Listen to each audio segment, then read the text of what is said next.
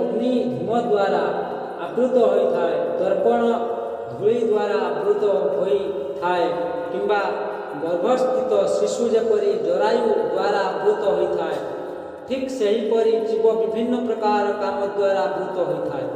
भावार्थ, जीव तीन प्रकार आवरण द्वारा आवृत, तद्वारा तार शुद्ध चेतना आवृत हो जाइछि। ए आवरण हेउछि कामर विभिन्न प्रकार आवरण, जेपरि बह्नि धूम द्वारा आवृत, दर्पण धूଳି द्वारा आवृत एवं गर्भस्थित शिशु जरायु द्वारा आवृत। सेहीपरि से काम धूम सहित तुलनीय हुए। सेतेबेले अनुमित हुए जे जीवात्मार दिव्या ज्योति किछि परिमाण रे परिदृश्यमान होई पारे। अन्य कथारे ଏହା ହିଁ କୁହାଯାଇ ପାରେ ଯେ ସେତେବେଳେ ଜୀବ କିଛି ପରିମାଣରେ କୃଷ୍ଣ ଚେତନା ପ୍ରଦର୍ଶନ କରେ। ସେତେବେଳେ ସେ ଧୂମ ଦ୍ୱାରା ଆବୃତ ଅଗ୍ନି ପରି ଅଟେ। ଯେଉଁଠି ଧୂଆଁ ଅଛି ଅବଶ୍ୟ ସେଠାରେ ନିଆଁ ଅଛି। ପ୍ରାଥମିକ ଅବସ୍ଥାରେ ଅଗ୍ନିର ବିଶୁଦ୍ଧ ପ୍ରକାଶ ନଥାଏ। ଏ ଅବସ୍ଥା କୃଷ୍ଣ ଚେତନାର ପ୍ରାରମ୍ଭ ଅବସ୍ଥା ଅଟେ। ଦର୍ପଣକୁ ଆବୃତ କରିଥିବା ଧୂଳି ମନ ଦର୍ପଣର ପରିଷ୍କାର କରଣ କଥାକୁ ବୁଝାଏ। ବିଭିନ୍ନ ପ୍ରକାର ବିଧିରେ ଚିତ୍ତ ଦର୍ପଣ ମାର୍ଜନ କଥାକୁ ଏହା ବୁଝାଏ। ସର୍ବୋତ୍ତମ ବିଧି ହେଲା ଭଗବାନଙ୍କର ଦିବ୍ୟ ନାମ କୀର୍ତ୍ତନ କରିବା। ଗର୍ଭସ୍ଥିତ ଶିଶୁର ଜରାୟୁ ଦ୍ୱାରା ଆବରଣ କଥାଟି ଏକ ନିଃସହାୟ ଅବସ୍ଥାକୁ ବୁଝାଏ। କାରଣ ଗର୍ଭରେ ଥିବା ଶିଶୁ ଏପରି ନିଃସହାୟ ଅବସ୍ଥାରେ ଥାଏ ଯେ ସେ ନିଜ ଇଚ୍ଛାନୁଯାୟୀ ବିବରଣ କରିପାରେ ନାହିଁ।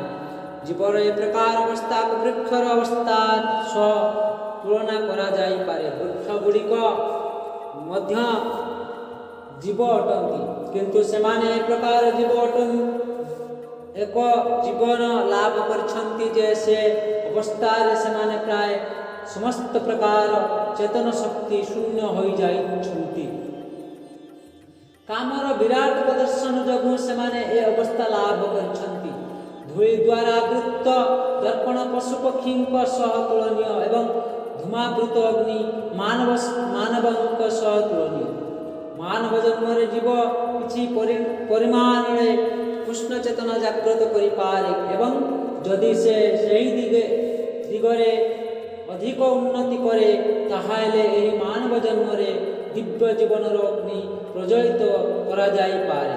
ଅଗ୍ନିକୁ ଆବୃତ କରିଥିବା ଧୂମକୁ ଯଦି ଭଲ ଭାବରେ ବିଞ୍ଚି କରି ତୋଡ଼ି ଦିଆଯାଇପାରେ, ତାହେଲେ ଶୁଦ୍ଧ ଅଗ୍ନି ପ୍ରଜ୍ୱଳିତ ହୋଇ ଉଠିପାରେ। ତେଣୁ ଏ ଭୌତିକ ସ୍ଥିତି ରୂପକ ବନ୍ଧନରୁ ମୁକ୍ତ ହେବା ନିମିତ୍ତ ଏ ମାନବ ଜୀବନ ହେଉଛି ଏକ ସୁଯୋଗ। ଏହି ମାନବ ଜନ୍ମରେ ଜୀବ ଜଣେ ଉପଯୁକ୍ତ ଗୁରୁଙ୍କ ଅଧୀନରେ ସାଧନା କରି କୃଷ୍ଣ ଚେତନା ବୃଦ୍ଧି କରିବା ଦ୍ୱାରା ଏ କାମ ରୂପକ ଶତ୍ରୁକୁ ଜୟ କରିପାରିବ।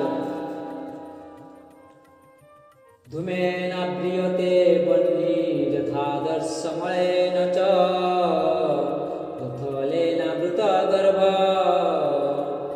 तथा तेन दमावृतम्। जिस प्रकार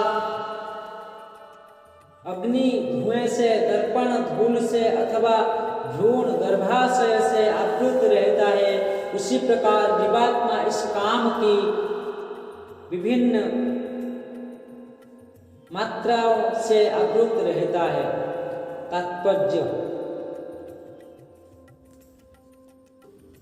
तात्पर्य जीवात्मा के आवरण की तीन कोटियों है, जिनसे उसकी शुद्ध चेतना धूमिल होती है। यह आवरण काम ही है जो विभिन्न स्वरूपों में होता है, यथा अग्नि में धुआं, दर्पण पर धूल तथा भ्रूण पर गर्भाशय। जब काम की उपमा धूम से दी जाती है तो यह समझना चाहिए कि जीवन फुलिंग की अग्नि कुछ अनुभव गम्य है। दूसरे शब्द में जब जीवात्मा अपने कृष्ण भावना मूर्त को कुछ प्रकट करता है तो उसकी उपमा धुएं से आवृत अग्नि से दी जा सकती है। यद्यपि जहाँ कहीं धुआं होता है वहाँ अग्नि का होना अनिवार्य है, किंतु प्रारंभिक अवस्था में अग्नि की प्रत्यक्ष अभिव्यक्ति नहीं होती। यह अवस्था कृष्ण भावना मृत्यु के शुभारंभ जैसी है। दर्पण पर धूल का उदाहरण मन रूपी दर्पण को अनेकानेक आध्यात्मिक विधियों से स्वच्छ करने की प्रक्रिया के समान है। इसकी सर्वश्रेष्ठ विधि है भगवान के पवित्र नाम का संकीर्तन। गर्भाशय द्वारा आवृत भ्रूण का दृष्टांत असहाय अवस्था से दिया गया है। व्यक्ति गर्भ स्थित शिशु इधर उधर हिलने के लिए भी स्वतंत्र नहीं रहता। जीवन की यह अवस्था वृक्ष के समान है। वृक्ष भी जीवात्माएं हैं, किंतु उनमें काम की प्रबलता को देखते हुए उन्हें ऐसी योनि मिली है कि वो प्राय चेतना शून्य होते हैं। धूमिल दर्पण पशु पक्षियों के समान है और धूम्र से आवृत अग्नि मनुष्य के समान है।